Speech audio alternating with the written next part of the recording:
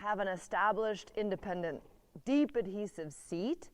But then there's also this way of like, how do I help this horse learn to undulate his back a little bit more? How can I like jump into the horse's pelvis, you know, a little bit more? So I imagine like if I were sitting on a trampoline, like how could I make that trampoline from a complete standstill? Like how could I like make it jump a little bit?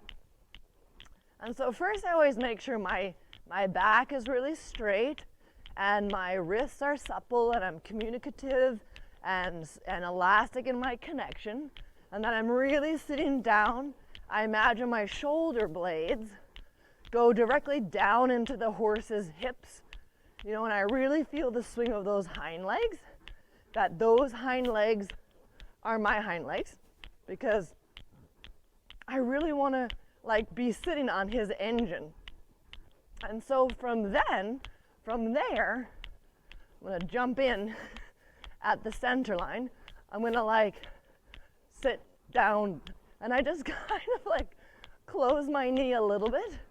And then as like a sack of potato, I kind of like jump down into the trot.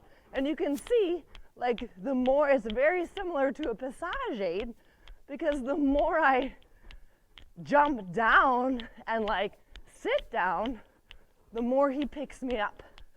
And so it's that idea of like, he needs to learn to kind of like squat down. And I feel like there's a little bit of a, like my elbows are down, but I'm not pulling. And that my back, I like close my knees and I'm like sitting. And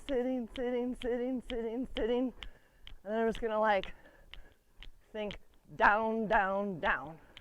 And like there I needed to give him a little touch with the stick, because I do want him to pick me up. Good boy, you're good. Good boy. So I'm very light in the hand, but then I like jump down in, and like all of a sudden the horse is like, whoa, I'm like picking you up. You know, it's like jump down in. And like, you know, sometimes if I wanted him to go forward, I'll do it over here.